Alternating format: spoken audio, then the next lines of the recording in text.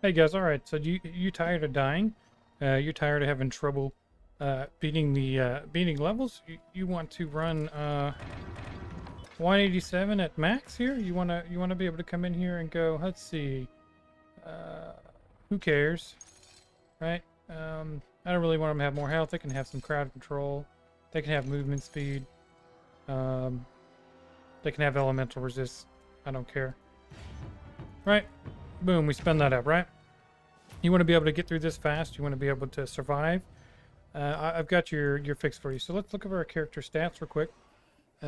So I'm just dumping mainly into ferocity. I'll put in the build exactly how many points we spent, and in between ferocity and toughness. Really, we just want 50% or higher crit. The higher the crit you have on spell critical, the better. But let's look at our resistance for a second here. Look at this. 3%, 3%, 13%. We don't even have any resistances. How are we staying alive, right? So what we're doing is we have a ton of force shield, 40k, and 24 health. But that's not really the key. The key is liver mortis. So we have 3 liver mortises, right? And each one of them we take some in health. Some in health. We increase in health, increase in health. This one, you can put this point anywhere you want. It doesn't matter. It's just an extra point. There's no another additional health node you can take. More health, and this is the key node you want. So Liver Mortis takes a portion of your damage dealt to you, and we'll have 3 of them up. These guys aren't even max level. I got a 70, 64, and 56, and they still do pretty well. You want to make sure these guys are alive. If these guys die, you're going to die. But you can tell a huge, drastic difference being able to survive. Just having Liver Mortis up. And we don't care about the damage I do, because you know what? Arctic Spear is the carry. Arctic Spear, along with some passive tree nodes and some gear, will just completely annihilate 187 max here.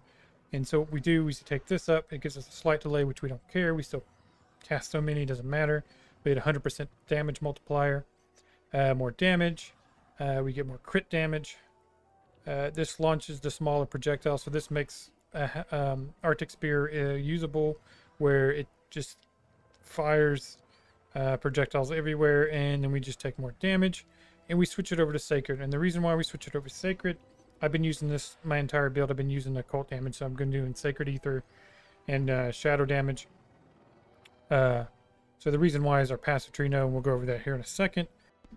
So let's just look at the gear real quick. So let's just kind of talk about this. So I'm going mainly force shield, health, whatever. We're not really caring about resistance. We have this one piece with resistance and health.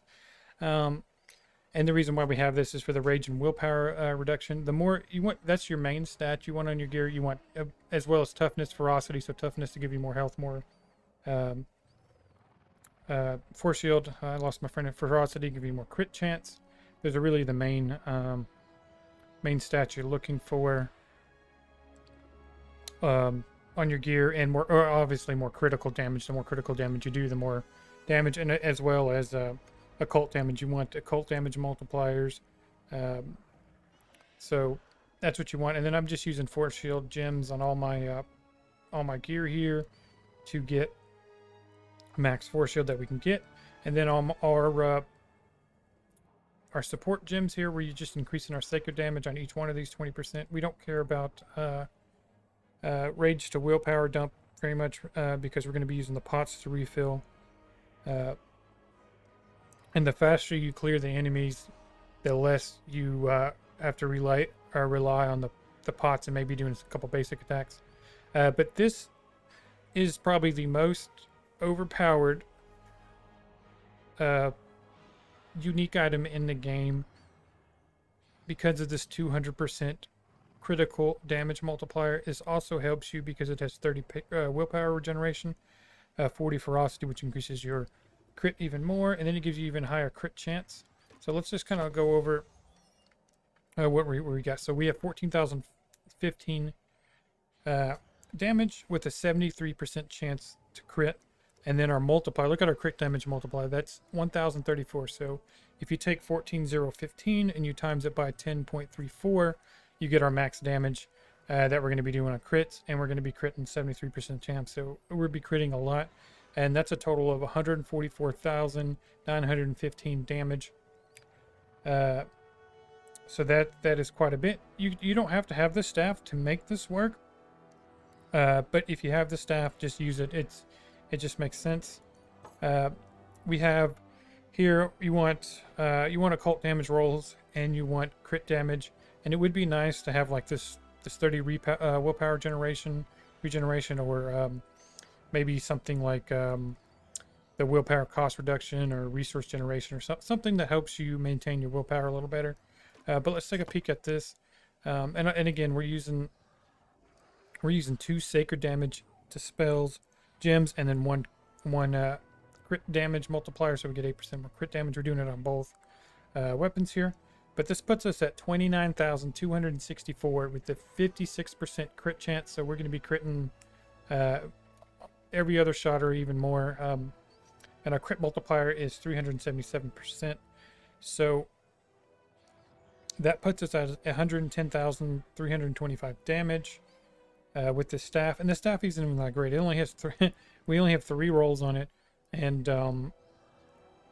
it's not legendary. We can even improve the staff even more, and you can make it through the level with this. I already have, but I want to showcase in this video. We're going to showcase this unique staff. This is kind of what's around it, but this is just kind of showing you have another option. You can take a decently rolled staff, and you can go with it. You can even have other elemental or material rolls on it, flat to attacks.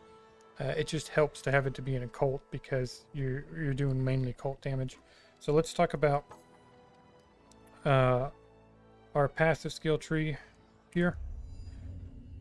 So there's a couple main things, of course. We're always picking up the crit damage multiplier, more crits. We're taking up the crit chance to get more crit.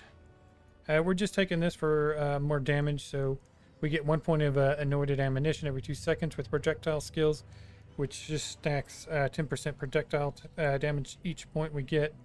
So that's pretty good. That's a good damage multiplier for our projectile damage. And the only actual skill we're using to do damage is Arctic Spear, and we're using Lightbringer to do to break shields and to stun. And I forgot to go over the skill, I think, so kind of look at this.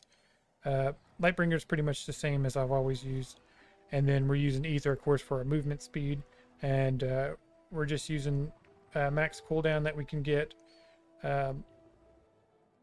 Moving crowd control, movement speed, willpower reduction. So that's Ether. So let's get back to this here. So what I'm doing is I'm taking this life leech. This is really, unless you get life leech roll on your gear, this is only a life leech you might have. But I'm converting my health life leech into force shield because I got a ton of force shield. We're picking this node up just for the 15 cult damage. Excuse me. This node's, of course, just increase willpower. This one increase willpower. This one just to pick up globes further away. It kind of helps so when enemies drop them, you just suck them up. We're picking these up for this one for more spell damage. Then we come up here, and the reason why you could go this route and just pick up the extra projectile damage, or you can come into the middle and you get movement speed and a little bit of casting speed, but I'm kind of picking it up for the movement speed, which is very nice. And then we just get projectile damage and agility. And this allows us to have an additional projectile. We lose 20% projectile damage, but that's not really that big of a deal on the multiplier there. We're getting more crit projectile damage and more crit chance score with projectiles here. So there's that. We're coming over here for cooldown reduction and some projectile damage. And we come straight through here. We get some spell damage, some more movement speed, some wisdom, which we don't care about wisdom because we don't really care about elements. We don't need them. Do so much damage. And this is our main node here. This is what is giving us so much damage on this occult build using sacred pretty much. So we're picking up all these nodes here: spell damage, sacred damage, sacred damage, sacred damage. This just gives us some force shield, more sacred and spell damage. I mean, that's double. That's It's ridiculous. More sacred damage. This one here, if an underling or specialist, which means just regular trash mobs, specialists are the blue tier enemies, if their health is below 10%, they die automatically.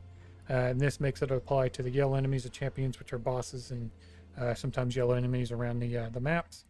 This one, and the reason why we're going high force shield build is because of this is a good thing. So when your force shield is above 50%, and 9 out of 10 times it is because we're not taking damage because we're killing mobs so fast, we get an additional 25% sacred attack damage, and so that multiplies, or not attack, sorry, 25% sacred spell damage, which then increases our damage again by 25%, and this gives us an additional 10% bonus, so that gives us a total of 35% extra sacred damage there, and that's pretty much the skill nodes here. We're not taking anything for survivability because Liver Mortis is just going to do it all for us. We're just taking damage nodes, a little bit of life leech, and max willpower on cooldown nodes, crit damage, sacred damage, and spell damage. That's key there. So let's get Liver Mortis in here, bring them to the party, and let's go see what we get. What is this? It's an ether trailer boss thing, whatever.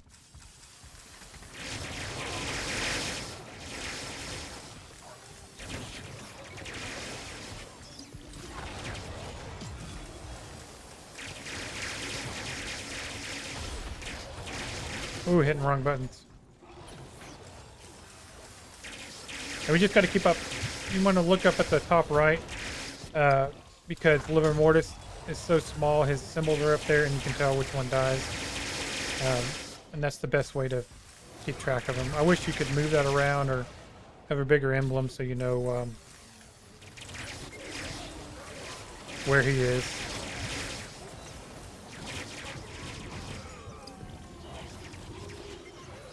Okay, so I don't know.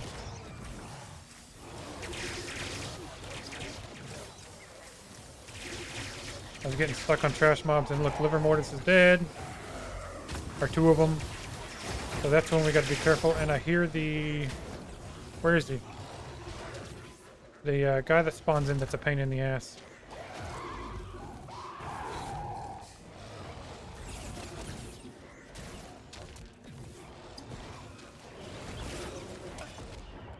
I can't find him. That's what I'm looking. See, Liver Mortis is all dead, and we just got screwed. Oh, there he is.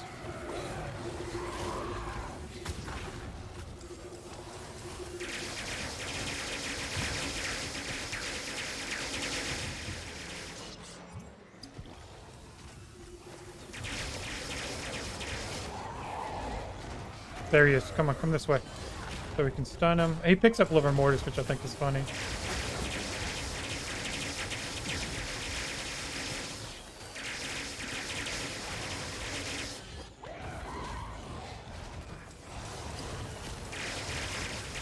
He should be dead right there. And see, and that's the reason, that's what I'm saying. So you need Liver Mortis. So you're not squishy when you have Liver Mortis. When you have him up. He's really key to surviving. Just having 3 of them. And all the damage you do with Arctic Spear. I'm also working on some builds. Trying to figure out how to make some really good builds.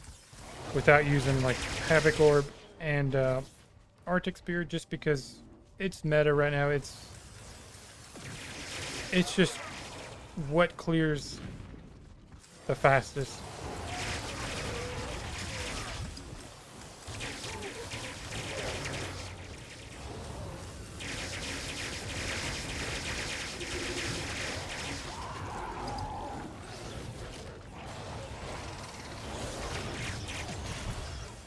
We gotta take him out. He's dangerous.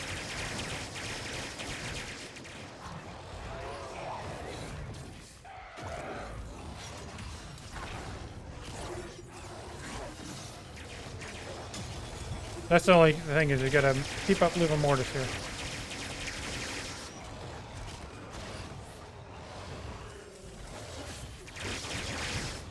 Pay attention to Liver Mortis. Keep him alive, or at least keep him up, and you won't die. Liver Mortis die, you die. That's That's really key.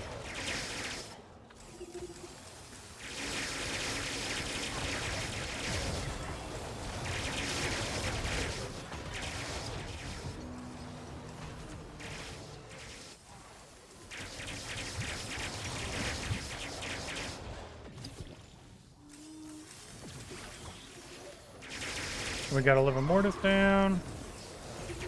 Spawn him back in, and we just keep walking through the level.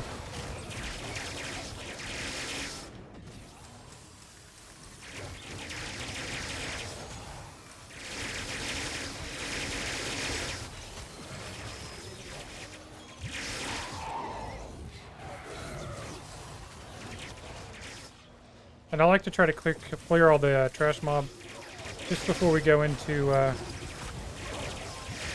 the boss, just in case.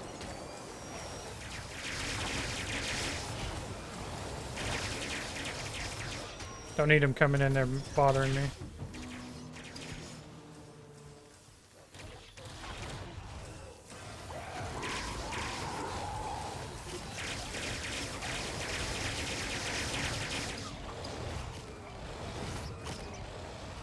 Come on, liver Mortis, let's go. And we just walk in here and we just start firing. Go for the stun, hit a willpower pot. Just keep shooting him, and he'll be dead. And there we go. We almost had to hit another willpower pot. And that's it. That's how you beat... it says 17 minutes because we had this portal active. So we did 198k actually highest hit. So we get actually more damage as the we use certain skills. For example, this attack gains 5 additional just damage as damage type of last spell cast during 5 seconds. So this kind of multiplies our damage, so it kind of skews the numbers a little bit when you do the math, when you take your average damage and you multiply it by your crit damage. And there's other factors in there that also increase your damage as you're going, which you can see if you kind of take your time. But that's it. That's how you fly through that level. It's pretty simple. What you need is this Dominion staff, or you can do it with a decently rolled staff and liver Mortis, 3 of them. Keep them alive and you stay alive, guys. So if you have any questions or if you like this, please slap that like button. Leave all the comments down below. Let me know if you have any questions. So peace out, everybody. Thank you.